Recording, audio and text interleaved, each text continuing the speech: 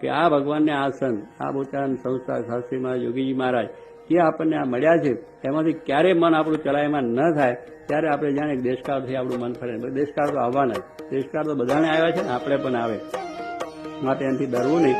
એટલે અહીંયા આગળ મહાબળવંત માયા તમારી જેણે આવરિયા નર નારી, એવું વરદાન દીજીએ આપે એહ માયા અમને ન વ્યાપે.